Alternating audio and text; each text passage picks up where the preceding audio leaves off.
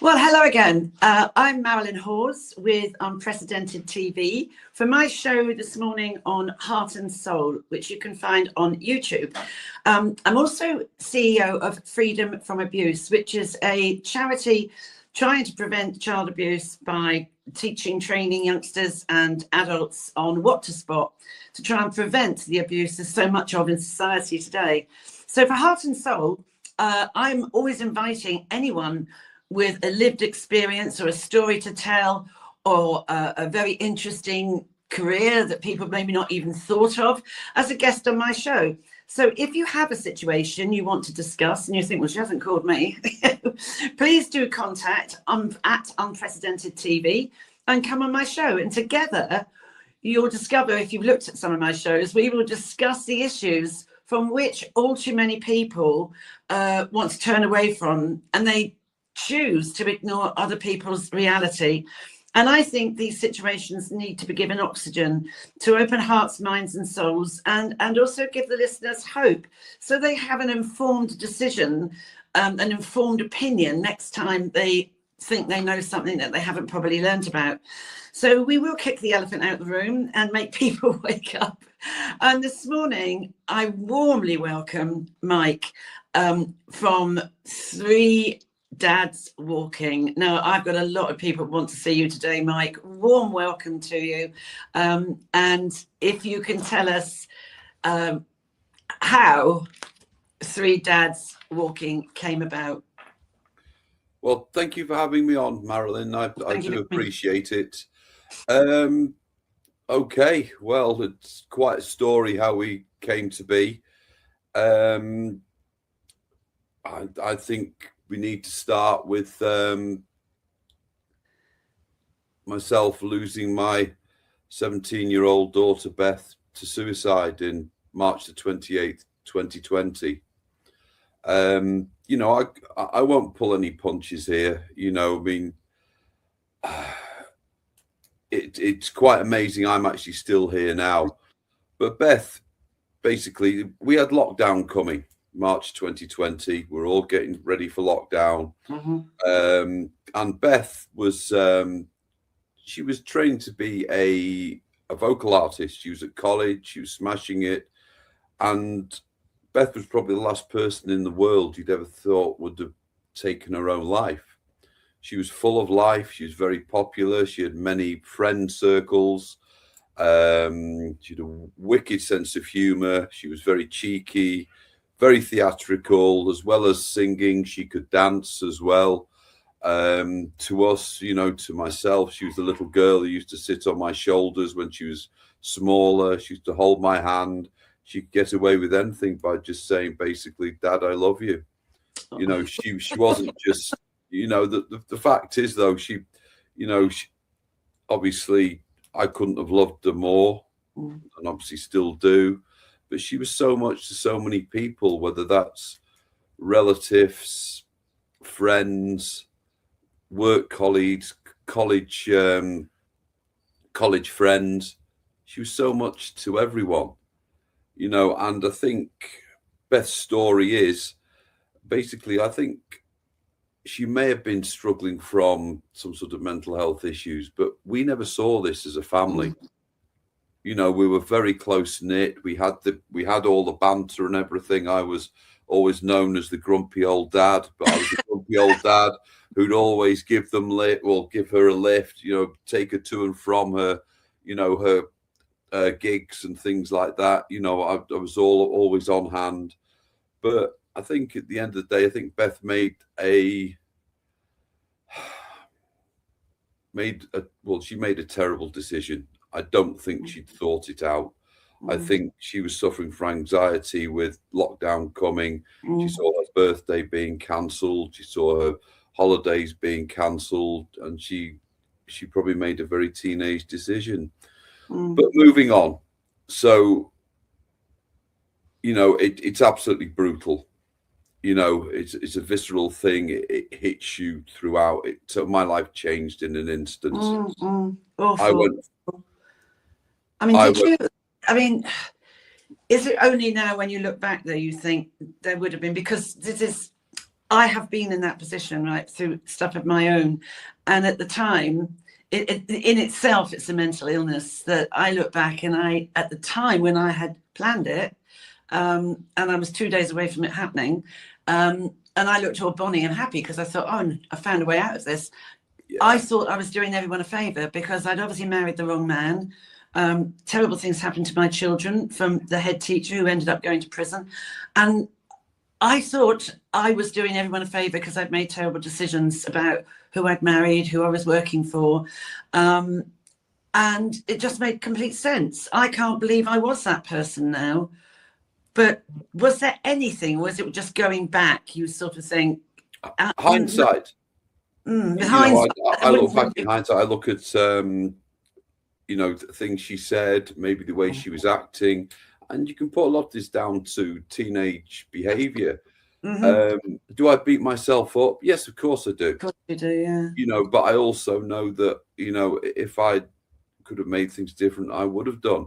Thank you for sharing your story as well. I know it's very difficult. It's very hard, but I was plunged after losing Beth. There's many different reasons for suicide, whether it's long-term mental health issues, short-term despair, shifts in life, breakdowns of relationships, and as the three dads, when we walk, some of the, we hear many stories, but we often hear stories of hope where people have carried on and now they want to be here.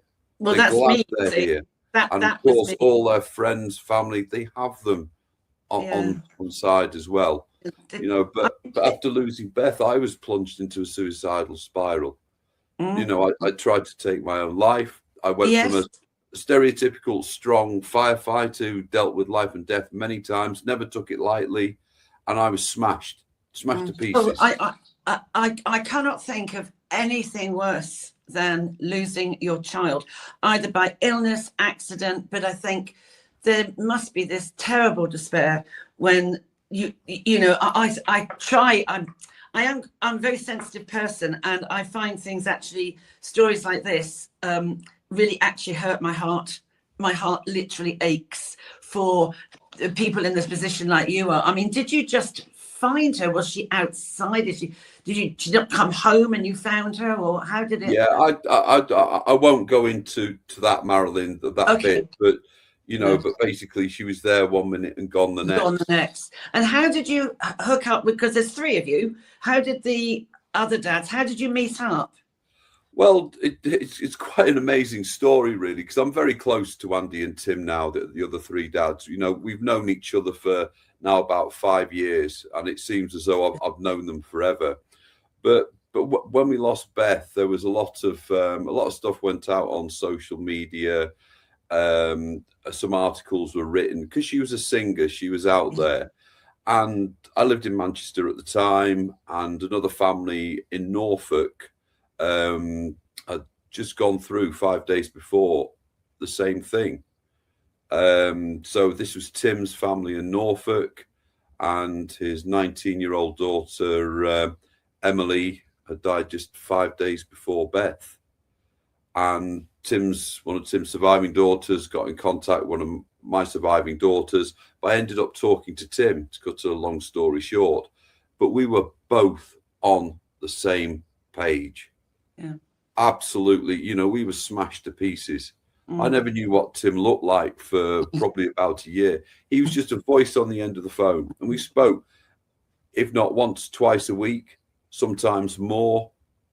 And all of a sudden, he was a person who understood. I was in a place where I couldn't even focus on my own family.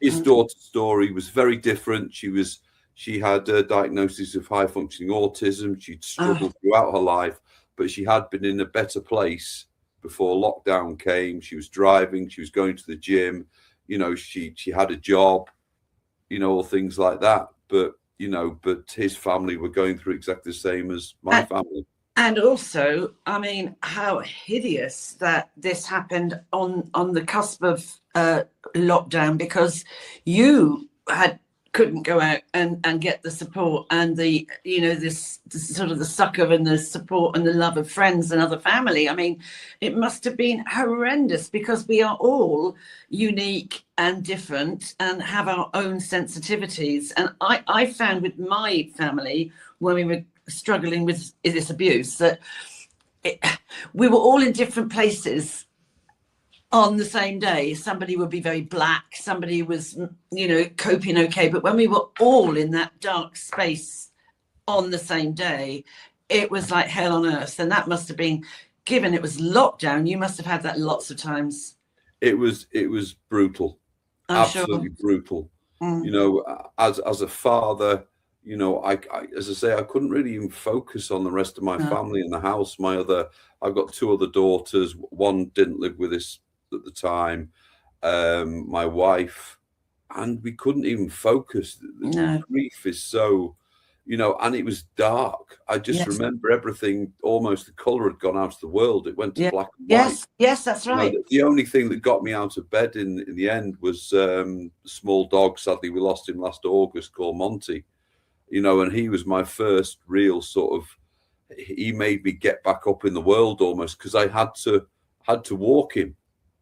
Now, this is very interesting you say this, Mike, because when I was in that same state as you, obviously for different reasons, it's bad enough, but nothing like yours. My children lived through it, thankfully. But the psychiatrist said to me, because I'd become agoraphobic, and I don't know if you did this, but one of my coping mechanisms, which is quite common, is avoidance. So I wouldn't answer the front door. I wouldn't answer my phone unless the name came up. I wouldn't open the post. I couldn't cope with anything. I was completely dysfunctional, and I didn't want to go out. And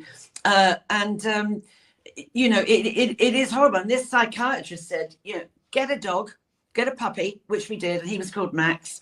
And he passed away, about 7 years ago. And my goodness me, when he did, some of my heart went with him, because that dog, like you're saying, he chose us as a puppy. He chose us. He came and he sat by us. And I said, this is the one we have to have. He didn't leave our side. It's like he sort of sensed it. And all the time he knew my every mood. And he would just come and rest his head on my lap and stroke my ears. That dog is what kept me going. Absolutely kept me going. They are great therapy. 100%. It was a small black and white Jackapoo, so a Jack Russell Poodle cross. So cute. Uncertain temper, he'd fight anything. Yeah. But to me, he was 8 years old at the time. He'd never slept on the bed. And when we lost Beth, he just got on the bed. They know. He lay beside me. Yeah. There's many factors of why I'm still here. Luckily, you mentioned avoidance. I wasn't like that. I have always been a talker, and Andy and Tim are as well. And I think and I never hid the fact. I mean, a lot of people, there's a stigma around suicide, that there's the shame factor. Absolutely. But, don't they? I mean, when my children were sexually abused by the head teacher, people would literally, we lived in a little village in West Sussex, and it all got in the press, because I was determined to get it in the press, because I was the deputy, and I thought, by golly, he did this on my watch. But people would literally walk out the post office when I walk in. They crossed the road, and the same with you, presumably, you feel even more isolated. And I mean, I wasn't the criminal, and you think, what is it that people can't just hold your hand, touch your arm? They're always going to come out with the wrong statement or comment. So say nothing, just hold someone, because unless you can get to maybe 90% of understanding, but that 10%, only people that have been there get it, don't they? Only people.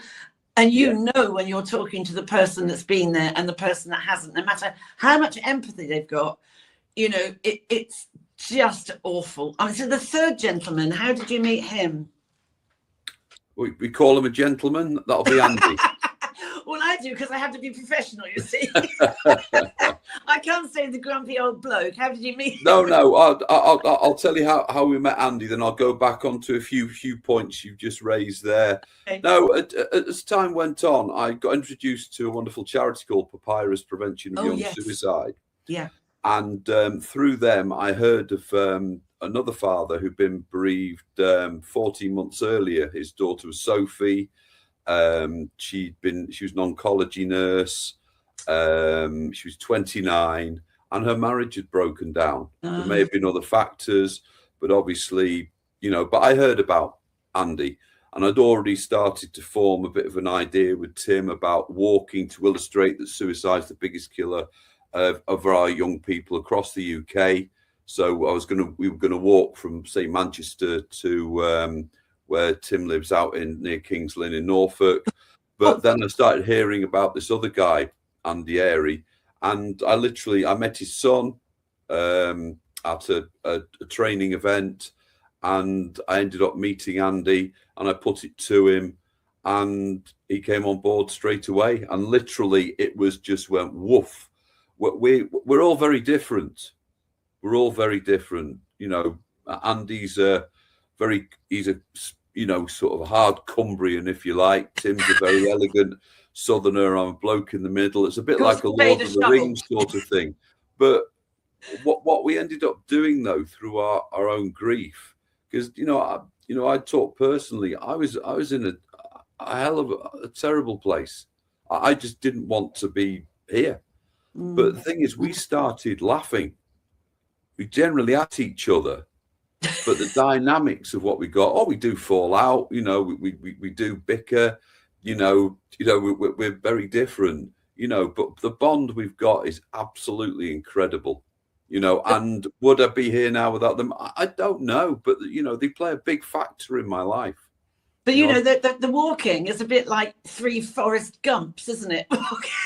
well, you could describe us as many things. It was like Last of the Summer Wine. Yeah. You can pick the characters yourself, but we started walking 2021, 300 miles. We raised an extraordinary amount of money on that walk after only we just wanted to raise £3,000 each. We raised over £500,000 wow. Just on that. The BBC and ITV Granada were great supporters, but we started talking to people when we walked, whether it be bereaved parents, people with stories, but going back to what you were saying before about people avoiding you and things. I will always forgive someone if they don't feel as though they taught me at the time.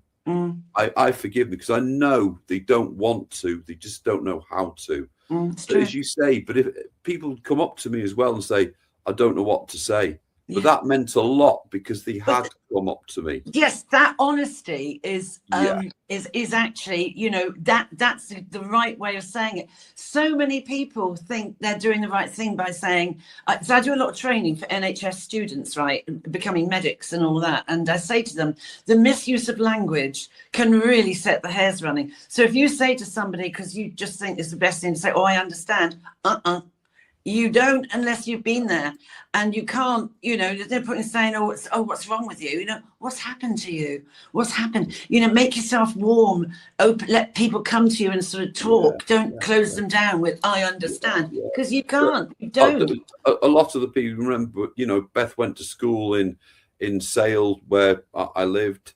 She had a lot of friends, a lot of those were parents, but I think people perceived we were the last family in the world that would lose a child to suicide.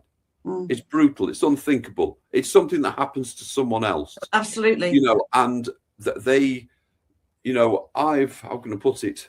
I wasn't the perfect father, but I tell you what, I tried to be a damn good dad. I did everything I could. And they're not born with a guidebook, are they? You do the best you can, and every child's different. Every child. Parenting.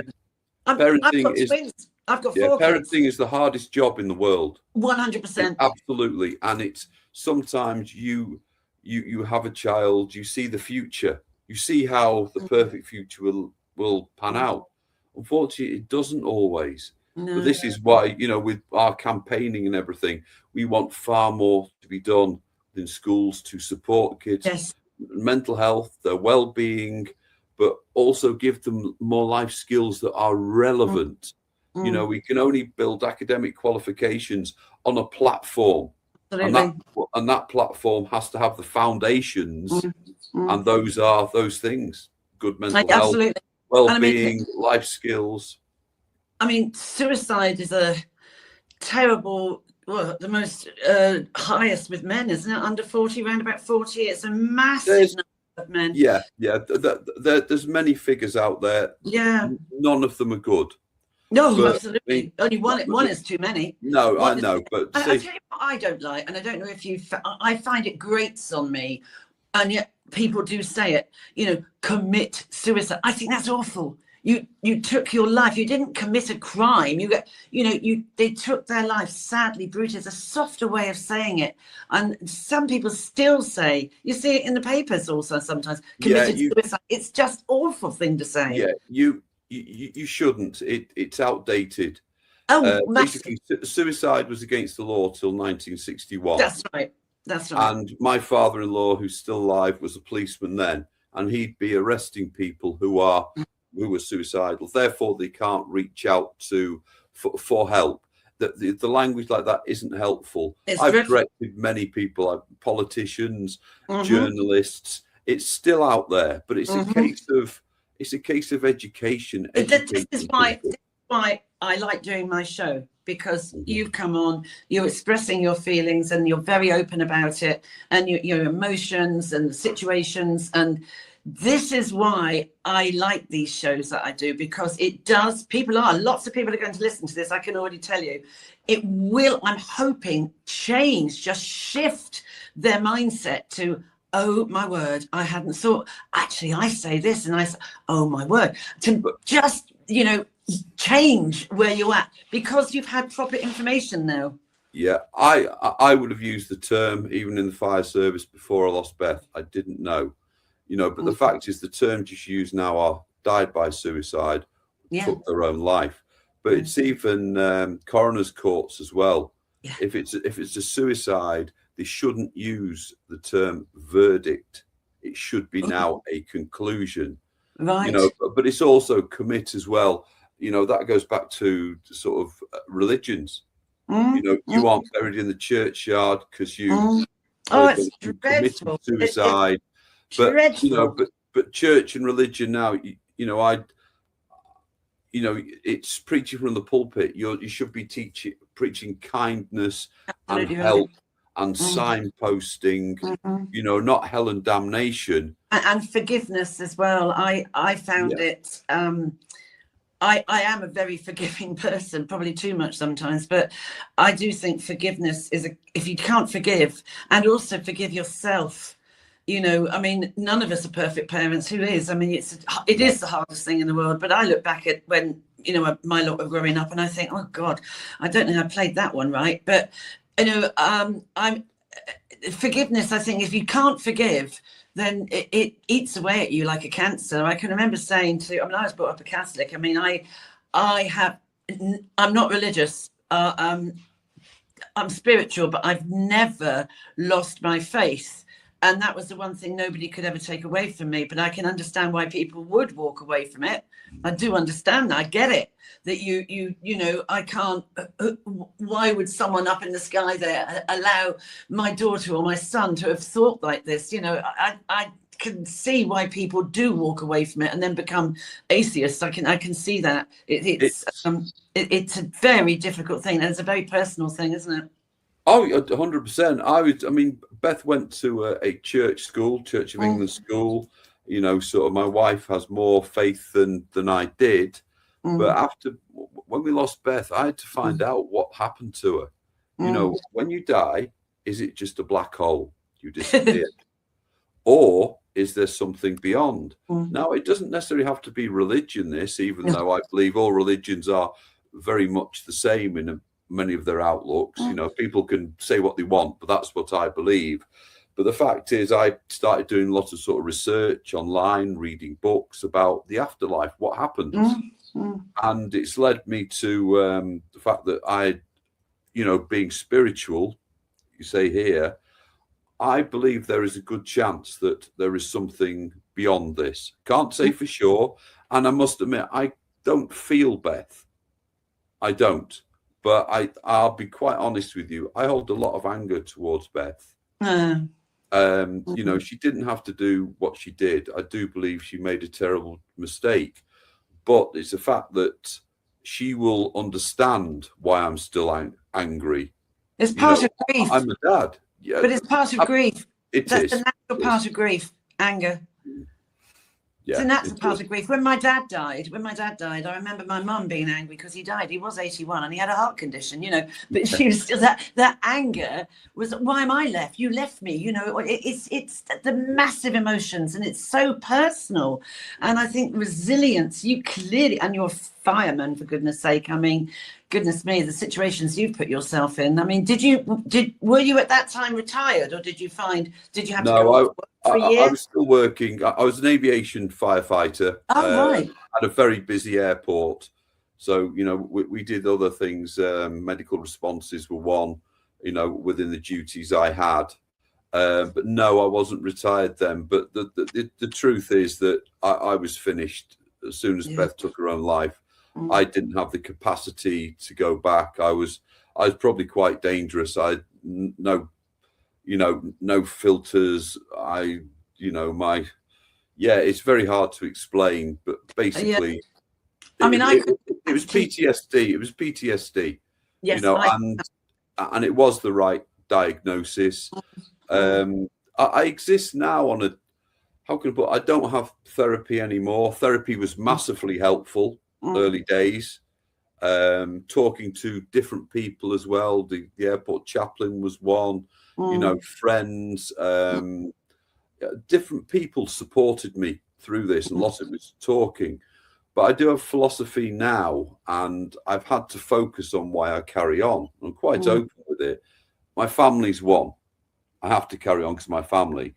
And the amazing thing is they don't listen to a word I say, but that's family for you. But also, I very much believe in what I do with Andy and Tim.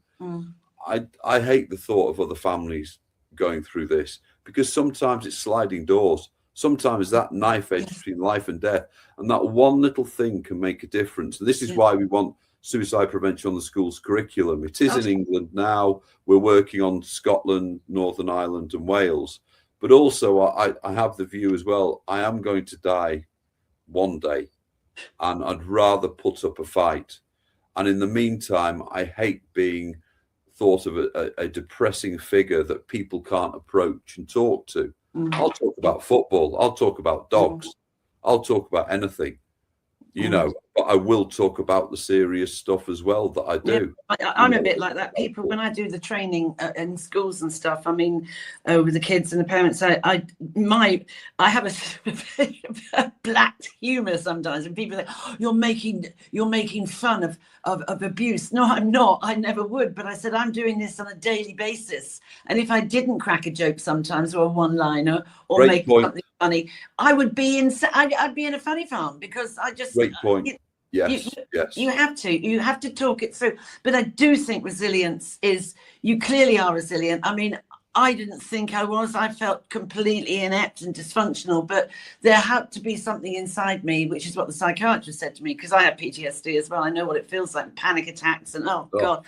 I know what that feels like. And I think the trouble is that the trauma, that awful trauma you've gone through, he said to me, if you'd been thrown out of an aircraft and you broke every bone in your body, you'd be covered in a plaster cast, you'd be put in a wheelchair, everybody would be helping you. No one can see that trauma that you were through. No one can see it. They might sense it because, Mike's not so great today, but they can't see it. And it's also, you've got to swallow your pride a bit and ask for help sometimes, haven't you? It's difficult. Yes. I mean, you say talking about the subjects in schools as well. Some people balk when you say sort of, suicide prevention in schools. We're going to teach the kids this. It has to be a whole school approach with the parents and absolutely. Staff as well. But it's like any subject. If you teach it well, the kids talk about it anyway. The cat's out of the bag. Exactly. But if you allow them to smile, interact, even laugh, be part. We're talking about real life here. They're far more likely, and it's talking about the subject as a whole. If you take the oppression away from it, and it's taught well, and I've seen it taught from years 7 all the way to 6th form in the UK. When the kids are smiling, they're laughing, they're relaxed when they're going out. Yeah, I know why I've been taught that. It's for me, my friends, my family as well. and for when I'm an adult, I'll know a bit more. It makes absolute sense. It's all about raising that awareness. And I mean, I think today as well, even more so because of this hideous social media impact where the youngsters, I mean, I'm thinking now of little Molly Russell, and what a great job her dad has done, like you. She would be up there somewhere watching, thinking, thanks, Dad, you're doing, what a lovely girl. Again, everything to live for. Horse riding, beautiful girl, lovely. But, this social media has so much to answer for. And I think the youngsters, they don't understand how the algorithms work, do they? How, so say somebody's new Beth. So then that person thinks, I don't know what that's all about. So I'll go on my little phone and I'll look up suicide. Oh, golly, oh my God, that's what Beth did. And then I'll do it again because I've gone downstairs for dinner and I come back. You only got to do it 2 or 3 times. And for the next 6 weeks, you're going to be absolutely inundated with suicidation, blah, blah, blah, how to do it, what. And they're in a rabbit hole that they can't get out of. They don't know how to stop it. And I think I think there's going to be a lot with some of this stuff I mean, you probably must have come across it where I don't know if you've met Ian Russell, have you? I'd imagine you have. No, I've not, but he does do some stuff with Papyrus. I'm very familiar with Molly's story. Yeah. And sadly, it's one of those cases, that there's many factors. No 2 suicides are the same. No. But the fact is, with the mobile phone, the internet, social media, it can be a 24/7 influence on our young people. Absolutely. And it runs absolutely unfiltered. You could say that Ofcom and are putting, things in place with the online safety bill and things. I'm afraid it's never going to reach those heights. No. So it is a case of what do we do? But if the nightmare scenario is, your young person takes the mobile phone into their bedroom at night, they've got a portal to the world. Yeah, and exactly. As you say, there's the dark web, sadly with sites that will encourage suicide. But also it's things like porn and things. It's dreadful. You search, it will come up and it does. Porn. But we're talking vulnerable young people. Exactly. We need to people as well. Do we ban the phone? Do we ban the phone? I mean, this is a debate here, and I sort of go up and down.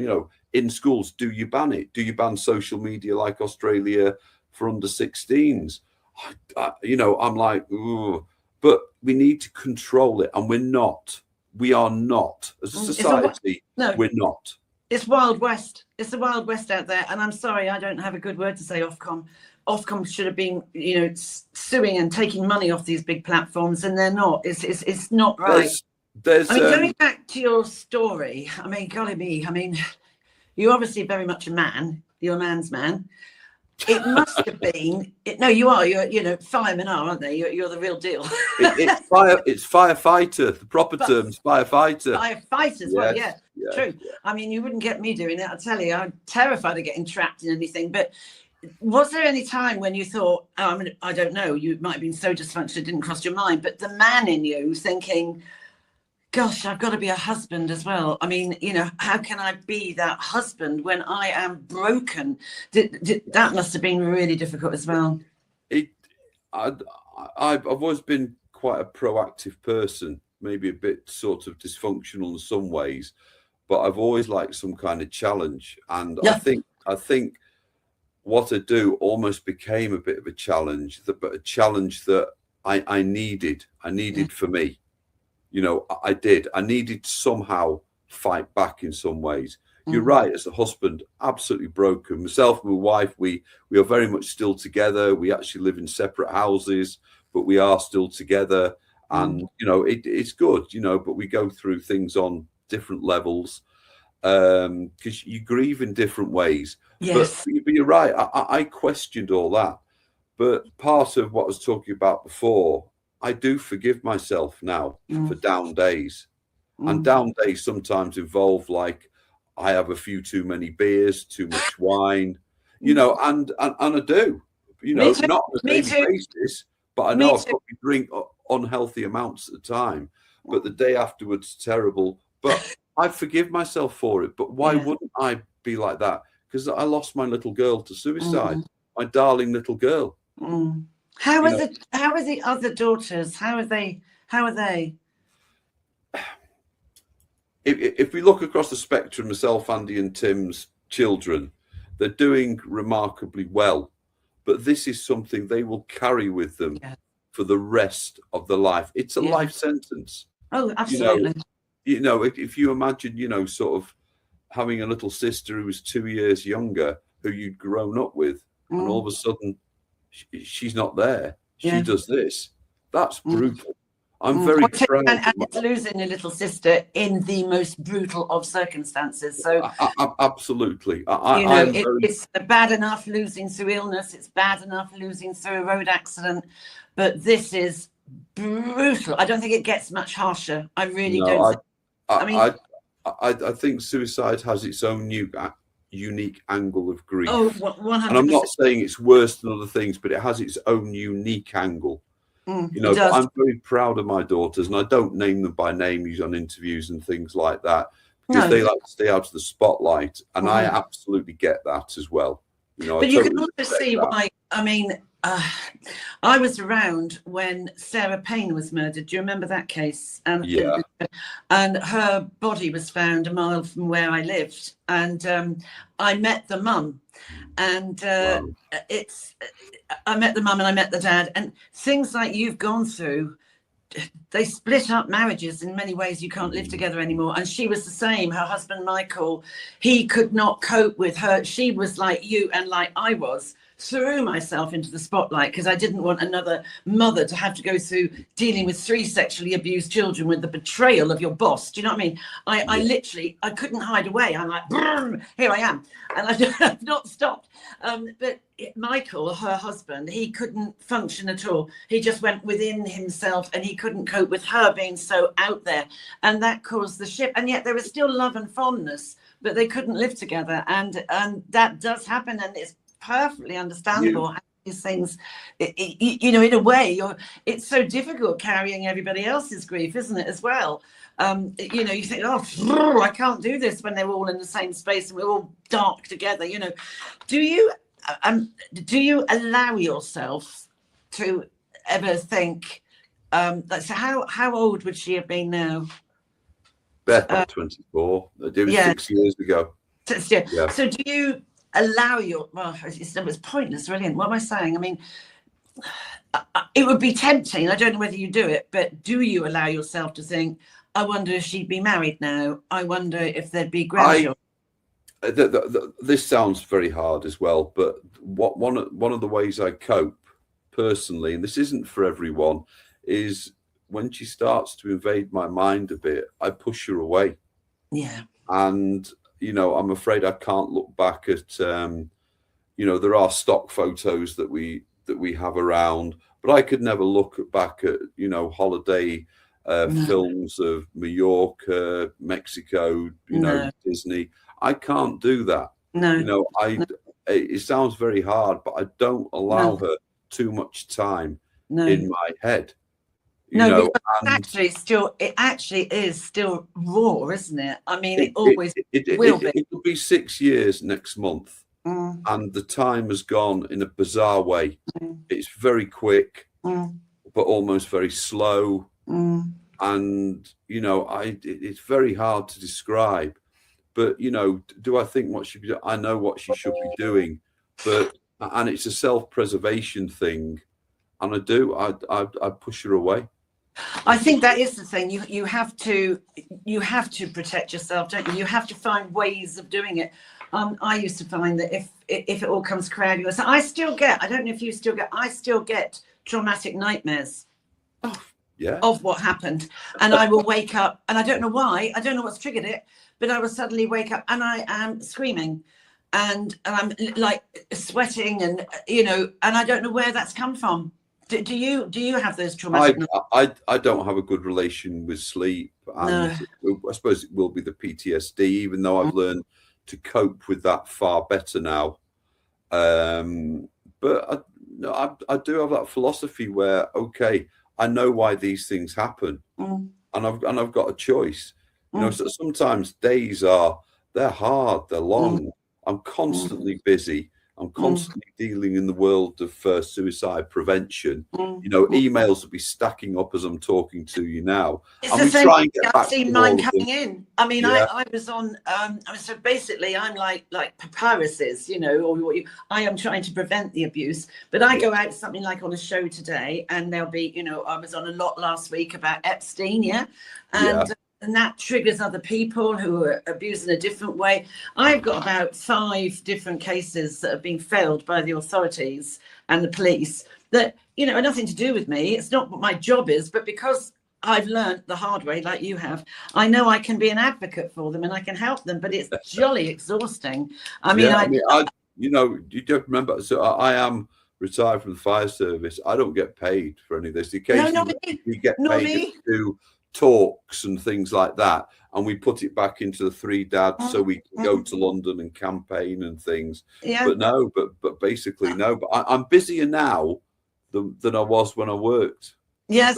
Me too. Sometimes I am literally working on, and that's when I can't sleep. I'm still doing emails up till 11 o'clock midnight because maybe I've been out all day doing something, and it's just ka-ching, ka-ching, they're all coming in. But like you, all the people I actually help, it would be lovely if they just went on and pressed the donate button. You know, that I've maybe spent 6 months trying to sort their lives out. You know, no one thinks about donate. I don't have a salary. If I go into a school and they ask me to go in to talk to children about something, I do for that and the travel, but it's minuscule really. Hardly pays the electric bill. You know, it's dreadful. It is. You know, we have our 3 dads walking book, 300 Miles of Hope. Right. That we are very proud of, but you know, everything went back into the 3 dads walking, so we could campaign. So that we can find that and put an asset up. What's it called again? It's 300 Miles of Hope. It's 300 Miles of Hope. Wow. Yes, just one moment. Charlotte will find it. Oh wow. Amazing. Oh, I'm going to buy that.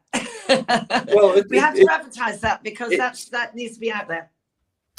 We're very proud of it. It's about the first walk, because we walked 4 times in all now, but it'll never be a million seller, but we are very proud of it because the reviews are brilliant, but people get something out of it. Maybe you have been bereaved, and if the book can help. Exactly. I wrote a book. Yeah, I wrote a book. Yeah. I never saw myself as an author. No. We even did the audio book as well. I can't imagine anyone wanting to listen to me. I went through knowing that my children had been sexually abused, and I wrote it. Loads of other parents have bought it who have found themselves in the same situation. Yeah. And I, like you, I never thought I could write a book, but it's amazing how it galvanizes your thoughts. I mean, where would you say? I think that people realize they're not alone. Yeah, exactly. You know, that they're not alone in the feelings, the grief. Exactly. You know, we hope there's a few laughs in there as well, bizarrely. Well, I've actually seen you on screen, and you do joke around a lot with each other, don't you? You really take it out of each other. Yeah. But isn't that amazing? You have to. Humor is, I think, laughter is the best medicine. That like raises the endorphins, doesn't it? And laughter is absolutely needed. It really is. I mean, where would you say? Oh golly, or I suppose it varies, doesn't it? On a 1 to 10, where would your healing be? It goes up and down, presumably? Oh, yeah. I don't think I could really quantify that. You know, my healing, I won't heal. You know, I won't heal. No.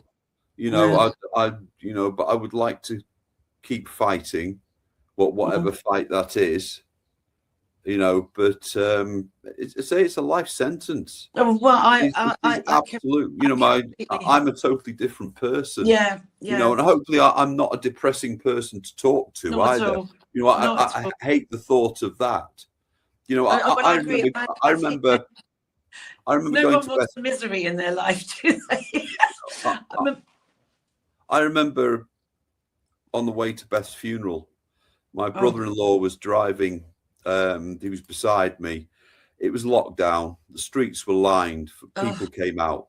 There were literally hundreds and hundreds of people because no one could go to the funeral apart from a few family members. The streets were lined. But I saw this guy. I know where the bench is now. It's a road that goes down to my gym. and he was sat there, and the poor soul. There was bottles, there was cans round him. He was obviously drinking himself into oblivion. Mm. That would have been so easy to do. But even though I was so classed as suicidal then, I stopped myself drinking for, I think, nearly about 6 months. Thank you, that's good. Because there was something in there that said, you drink, you may not be here. And something was there, so, there's reasons for me being here. Sometimes 100%. That's why I say I am. There's a reason why I'm still here, because I shouldn't have been, really. I mean, I nearly drove into a lorry, and I thought that, because I think the thing that stopped me, I thought, ooh, I probably won't even do that right. I'll end up being a quadriplegic, and that'll be even worse. So, it's but it's that sliding doors thing as well. That there's been more than one instance. I won't go into all the details, but literally, sort of a change, a fraction of a second, keeps you here. And it is sometimes it's that knife edge. It's either way. One little thing changes, and your outcome changes, whether you're basically dead or alive, with your carrying on or not. Just as well, we don't know what's coming around the corner, isn't it? No, because you wouldn't. You'd go and hide down a dark hole before it even happened. So we have coming to the end of the chat now, Mike. I could talk to you for ages and ages, because I just find it. I think I must be weird, because I actually do love talking to people that really have experienced life in the most dreadful way, because you learn, and it should make you even more empathic. And I feel very privileged that you've given me this time this morning. I really do. And I don't know, do you have on your website, do you have a donate button, or do you want people to give to Papyrus? We do have a donate button, but it's it's on our website, www.3dadswalking.uk. But all the donations from there on the donate button go to Papyrus. Yeah, 100%.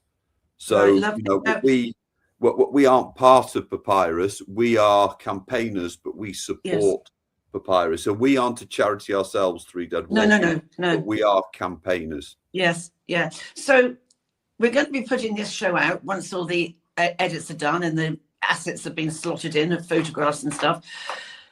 So then it's out there, and someone is going to be listening to this who feels like you and I felt at the start, when the tragedy and the trauma happened. What would you say to them? You're talking to someone you don't even know they're in that mind. They're watching this and they're thinking, oh my word. What would you say to them to do, not do? Well, I'd implore them to reach out for help. I'd implore them to give themselves another chance. Depending on how old they are, I'd always say that Papyrus is designed for young people under 35s. But I will say, if someone is listening to this and maybe their young person in their lives is struggling, maybe in crisis, ring Hopeline 247. That's part of Papyrus. The number will be on the website. Ring them. It's not just for that young person who's in crisis. It's not concerned others. It's to debrief after suicide as well. That's important. Yeah, if you're older, reach out. Even approach your GP. There are basic things. Give yourself that second chance, as many second chances as it takes. So say the most amazing stories we hear are from those who've been in crisis, but are now living lives they want to. And, it doesn't mean every day is perfect, but sometimes it's the breakdown of that relationship. It's the end of the world. But then with 2-3 weeks down the line, you met someone else. It does happen. It does. Last week I had Professor Jane Monckton-Smith on, and she is a global expert on domestic homicide. But she was saying more and more overtaking that is domestic suicide. So it might not be like you're looking at your young child, even. It might be that you just don't know how to get out of this hideous situation, and you're considering this, and there you are. Thank you, Mike, for giving people hope. And that's what I always want to end my show on, is there is hope. resilience is important, and I think, you know, very important, and you've obviously got it, as have the other two guys. But I can't thank you enough for coming on. It's been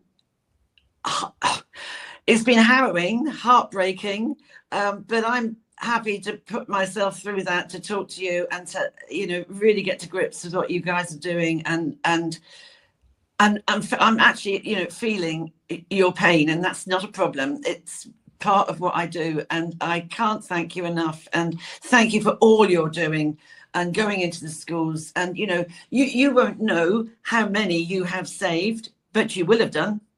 You absolutely will have done. And that's the trouble. You never know how many people you stopped in their tracks. But absolutely the three of you have done that. And for that, I thank you. I really thank you. Yeah, well, thank you for having me on, Marilyn, and for your kind words. No, honestly, it's been an absolute privilege. And I normally start the show with like, oh, I'm so excited, or I'm delighted. I couldn't say that today. I had to say warm welcome, because how can I be delighted and excited? That I just think that would be completely offensive. You know, I do feel your pain. I feel it, and I wouldn't have gone into teaching if I hadn't loved kids, and I've got 4 of my own, and I cannot think of anything worse. And when I go to church on Sunday, I'm going to be praying for you. I'm going to light a candle, and I'll be praying for the little ones upstairs in heaven, because that's where they are. It is, and there's nothing more precious than our children. Absolutely, you know, they are the future. But this is why, you know, what we believe we must invest in them. You know, we need to get upstream regarding mental health. Nelson Mandela once said, why do we drag people out the river when we could have put a fence at the top? I read that this morning. Oh, you're joking? Yes, no, read that this morning. Yeah, but that's precisely our point. And that goes with like many different life skills. You know, we need to do, I think, we need to change a bit of focus in the education 100%. System. And put children at the front of everything. And it makes me sick when you hear the courts and other people saying that, you know, the voice of the child must be heard. No, wouldn't it be lovely if they were?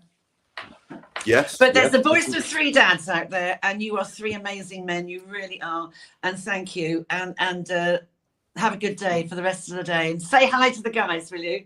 Say hi. I will do, Marilyn. I will do. You. Thank you very much for having me on. Bye for now. So, wow, I think I needed a stiff coffee or maybe a gin, but what an amazing morning. What an amazing time. I really, truly want to thank Mike and the 3 guys for what they're doing. And I think you'd have to be pretty hard not to have had your heart melted. Please go on their website. Please donate, or to Papyrus. Get these guys into the schools and invite them in, please, because every child's life matters. And I wish them all well on their journey that they're doing. Right, so my next show is going to be a lady called Joanna Howell, who was a world championship in sport, and then something happened which changed her trajectory and created trauma. And another resilient lady. What I love today is that Mike, through the most, I think, harrowing interview I've done, has left us with hope and humor. And never lose that. Never take away someone's hope. It might be the only thing they've got left. And always have humor. It's nature's medicine. So I thank you. And I am now signing off with @UnprecedentedTV, Marilyn Hawes with Heart and Soul. Please tune in. It'll be on YouTube soon. Bye-bye.